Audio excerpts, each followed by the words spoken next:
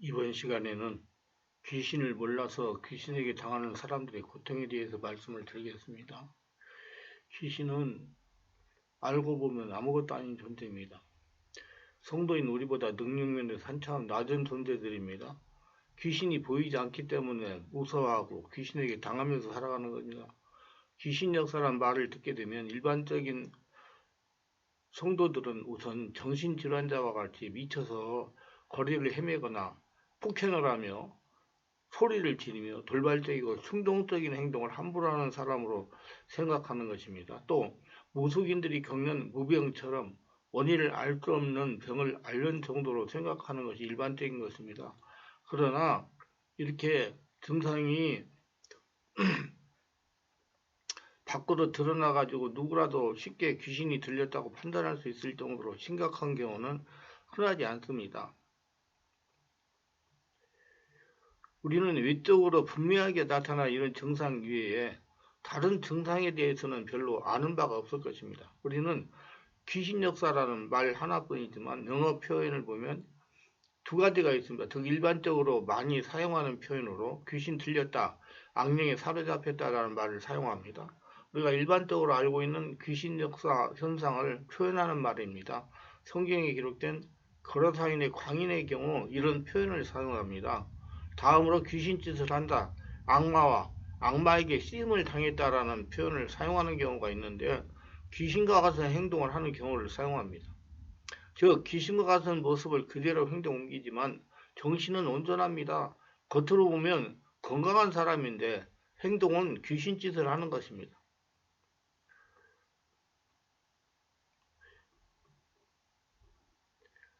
정상적인 사람의 행동이라고 볼 수 없을 정도로 이상한 행동을 하면서도 아무런 가책을 느끼지 않습니다.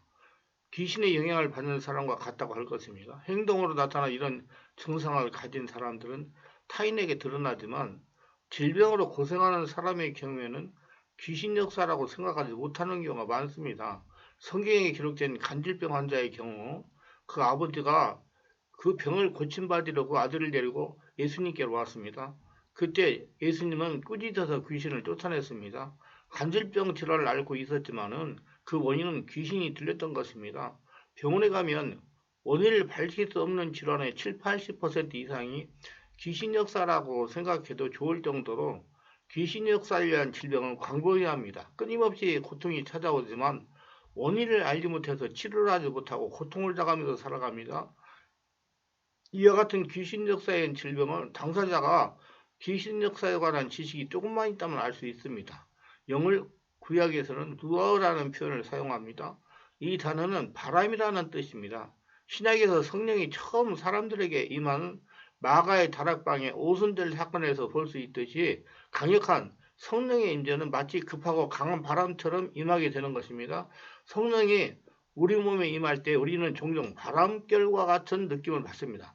악령 역시 영이기 때문에 이들이 우리 몸으로 들어올 때 우리는 바람과 같거나 때로는 벌레가 기어 들어오는 것과 같은 느낌을 받습니다. 밖으로부터 무엇인가 자신의 몸 안으로 바람처럼 스며들면 마치 우리가 감기 몸살을 겪을 때처럼 그렇게 으스시하게 느껴집니다. 찜질방과 같은 더운 곳에서 땀을 흘리고 있다가 갑자기 밖으로 나가면 섬뜩한 한기를 느낍니다. 감기 몸살은 이렇게 해서 시작하는 것처럼 귀신이 자기 몸에 들어오는 순간은 그와 비슷한 느낌을 받게 되며 그 즉시 몸이 좋지 않거나 가슴이 답답하거나 머리가 어지럽거나 우울해지거나 의욕이 사라지는 등 귀신 역사로 인한 병증의 현상이 다양하게 나타나는 것입니다. 극심한 노이로제나 우울증 증상이 나타나는 겁니다. 귀신이 들으면 우선 기분이 묘해지면서 가라앉습니다. 차분해지는 정도가 아니라 모든 의욕이 사라지고 기분이 떠오르지 않습니다.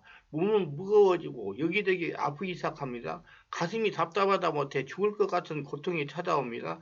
뭐라고 분명하게 설명할 수 없는 묘한 통증과 답답함으로 인해서 숨이 막힐 것 같지만 실제로 숨이 막히는 것은 아닙니다. 일종의 공황장애와 같은 경우입니다. 이런 고통을 주위 사람들에게 말해도 이해하지 못합니다. 겉으로 보면 호흡도 정상적으로 쉬고 있는데 숨이 막혀 죽을 것 같다고 말한들 이해하지 못하는 겁니다. 그래서 꾀병이나 정신력이 약한 것으로 오인하게 됩니다. 병원에 가도 증상을 찾을 수 없으니 꾀병이라고 할 수밖에 없을 겁니다. 숨이 막힌다고 산소호흡기를 착용시키기도 합니다. 의지가 약하고 내성적이어서 그런 것이라 판단하게 됩니다. 그래서 가족들은 정신에 문제가 있다고 생각하고 그런 성격을 고치라고 책망하기도 합니다. 의지가 약하거나 생활력이 약한 무능한 사람으로 오인하게 되어 환자를 더욱 괴롭게 만듭니다. 사회성에 모자라 문제가 있다고 생각하는 사람들을 그 사람들을 피하려고 합니다. 겉보기에는 의기소침하고 무능하고 무기력하고 활동적이지 못하기 때문에 사람들이 가까이 하려고 하지 않습니다. 당사자는 가인을류가 심한 우울증과 공황장애로 인해서 죽고 싶을 지경입니다. 그런데도 불구하고 누구도 이 질환이 귀신 역사에 의한 것이라고 생각하지 못하고 단순히 기질적이거나 정신적으로 문제가 있는 부적응 환자 정도로 넘깁니다. 가족들은 무능의 탓으로 돌리며 정신에 문제가 있는 사람으로 생각하고 자주 책망하게 됩니다. 가족들은 이와 같은 올바르지 못한 대응으로 인해서 더욱 괴롭힘을 당하게 됩니다. 여러 가지 정신과 질환처럼 보이는 귀신 역사는 당사자는 이를 괴롭게 할 뿐만 아니라 가족들까지도 고통을 당하게 됩니다. 정신을 잃는 것도 아니기 때문에 귀신 들렸다고 생각하지 못하는 겁니다. 귀신 역사에 대한 지식이 없기 때문에 정신질환으로 착각하는 겁니다. 이런 중증 귀신 역사 이전의 초기 증상은 마치 가벼운 노이로제처럼 자꾸 까닭 없이 짜증이 나고 때로는 이유 없이 충동이 솟아나고 분노가 나옵니다. 자신의 내면에서 자신의 의지와는 상관없이 어떤 생각과 충동이 자신을 조종하는 것 같다는 느낌을 간헐적으로 받게 됩니다. 하지 말아야 할 일을 어처구니없이 해버려 당황하기도 합니다. 자신의 의지 즉 속마음과는 달리 어떤 충동이 일어나 순간 행동하게 되어 후회합니다. 이런 경우 대부분의 사람들은 이렇게 말합니다. 내 정신이 아니었나 봐. 사람들도 그런 상식 밖의 행동을 돌발적으로 한 그 사람에 대해서 그럴 수도 있지. 사람은 누구나 정신 나간 짓을 할 때가 있다니까 라며 너그럽게 이해해 줍니다. 그런데 이런 일이 한 번으로 그치는 것은 아닌데 문제가 있는 것입니다. 어쩌고는 실수를 자주 하게 되면 사람들은 그때부터 그 사람을 온전하지 못한 문제가 있는 사람으로 여깁니다. 그러나 그것이 귀신 역사에 의한 것이라는 생각은 전혀 하지 못하는 겁니다. 왜냐하면 귀신 역사에 관한 지식이 거의 없기 때문입니다. 자주 머리가 어지럽고 생각이 떠오르지 않을 정도로 머릿속에 안개 낀 것처럼 불투명하고 혼란스럽습니다. 만선 두통으로 늘 시달리며 가슴과 목이 갑갑합니다. 때로는 가슴이 뛰어드는 협심증 증상과 같은 통증을 느낍니다. 메스크고 헛구역질이 나옵니다. 참을미를 하는 것 같이 속이 울렁거리고 머리가 어지럽습니다. 깊은 호흡을 하면 다소 안정이 되지만 또다시 그런 증상이 찾아옵니다.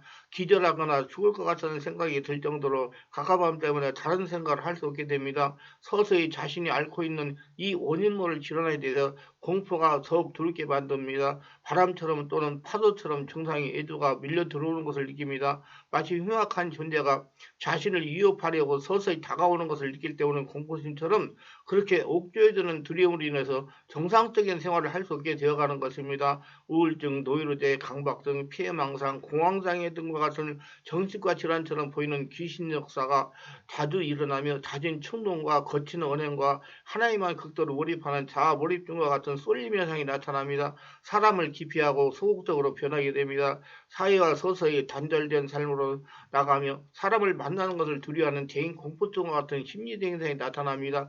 자신의 정신을 그대로 유지하면서 육신과 마음의 질병으로 고통당하는 이와 같은 귀신 역사는 다른 병으로 오인하거나 성격에 문제가 있기 때문이라고 판단하고 오해하기 때문에 귀신을 쫓아내지 못하고 세월을 보내며 만성화되기 쉽습니다. 적어도 5년 이상 이런 증상으로 시달림 받은 경우 환자는 악습에 이미 물들어 버리게 됩니다. 이런 경우 악습을 끊지 않으면 귀신은 물러가지 않습니다. 악습이란 혈기를 내고 분노하고 흥분을 잘하고 담배 중독, 약물 중독, 알코올 중독 등을 말하는 겁니다. 삶의 의욕이 없고 게임에 빠져 살아가는 중독성 매니아들 경우에도 역시 귀신 역사가 있습니다. 삶을 돌아보지 않고 오로지 게임에만 빠져 세월을 보냅니다. 이런 사람들은 일본에서는 오타쿠라고 부르고 미국에서는 긱스라고 표현하며 우리는 요즘 이런 사람들을 페인이라고 부릅니다. 정상적으로 대화도 되고 생각도 하지만 행동은 정상적이지 않습니다. 병증이라고 할 정도로 한쪽으로 극심하게 쏠리는 이들에게 귀신 역사를 점검해 보아야 됩니다. 말 못할 고통으로 괴로워하는 많은 사람들의 병행에는 귀신 역사가 있습니다. 귀신 역사는 일종의 질병입니다. 질병에는 원인이 있고 그 원인을 치유하기 위해서 적당한 약물을 사용합니다. 귀신 역사의 처방은 축사와 악습의 거를 끊는 겁니다. 정신을 잃게 하는 귀신 역사는 성령 안에서 어머기도 하는 가운데 명령하여 내쫓을 수가 있습니다. 그러나 정상적인 생각과 판단을 할 수 있는 상태의 귀신 역사는 명령으로는 치유되지 않습니다. 당사자와 귀신 사이에 형성된 신호체계를 허물지 않으면 안 됩니다. 성령과 우리 사이에 맺어진 신호체계는 신앙 고백입니다. 그에 따른 신호로 찬양과 기도와 예배 등이 있습니다. 우리는 이 신호를 통해서 성령과 지속적인 관계를 유지합니다. 이 신호를 하지 않으면 성령과의 관계는 끝나는 겁니다. 이와 마찬가지로 자신도 모르게 귀신과 맺어진 신호체계인 악습을 끊어야 되는 것입니다.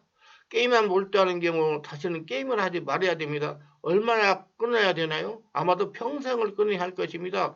귀신 들리는 사람도 어렵지만 축사하는 사람도 여간 어려운 문제가 아닙니다. 반드시 성령의 깊은 임재가 있어야만 축사가 가능합니다. 성령의 깊은 임재를 사모하고 성령과 온몸으로 기도하며 늘 성령으로 충만해야 됩니다. 성도들은 귀신에 대해서 바르게 깨달아야 됩니다. 귀신이 어떤 상태에도 침입을 하고 어떤 상태에도 도망을 가는지 밝게 알고 대비해야 됩니다. 귀신 역사로 고통을 당하도 지내는 여러분 걱정할 필요는 없습니다.